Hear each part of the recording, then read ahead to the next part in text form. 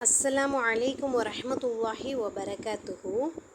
13 days, 13 du'as. Ramadan challenge. இன்றைக்கான திக்ர் லா இலாஹ இல்லல்லாஹ் வஹ்தஹு லா ஷரீக லஹு லஹுல் முல்கு வ லஹுல் ஹம்து வ ஹுவ அலா குல்லி ஷைஇன் கதீர். இதன் பொருள், வணக்கத்திற்குரியவன் அல்லாஹுவை தவிர வேறு எவருமில்லை. அவன் தனித்தவன், அவனுக்கு இணை யாருமில்லை. அவனுக்கே ஆட்சி அதிகாரம் உரியது, அவனுக்கு புகழ் அனைத்தும் உரியது.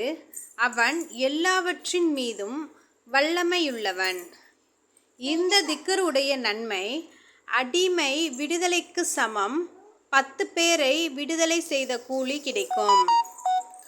பாதுகாப்பு, அன்று மாலை வரை ஷைத்தானிடமிருந்து அவன் பாதுகாக்கப்படுகிறான். அதே மாதிரி காலையில் ஓதணும் அப்படின்னா மாலை வரை பாதுகாக்கப்படுகிறான்.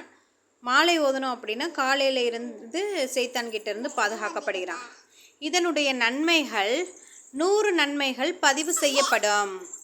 இதனுடைய பாவ மன்னிப்பு 100 தீமைகள் அளிக்கப்படும். அஸ்ஸலாமு அலைக்கும் வரஹ்மத்துல்லாஹி வபரகாத்துஹு.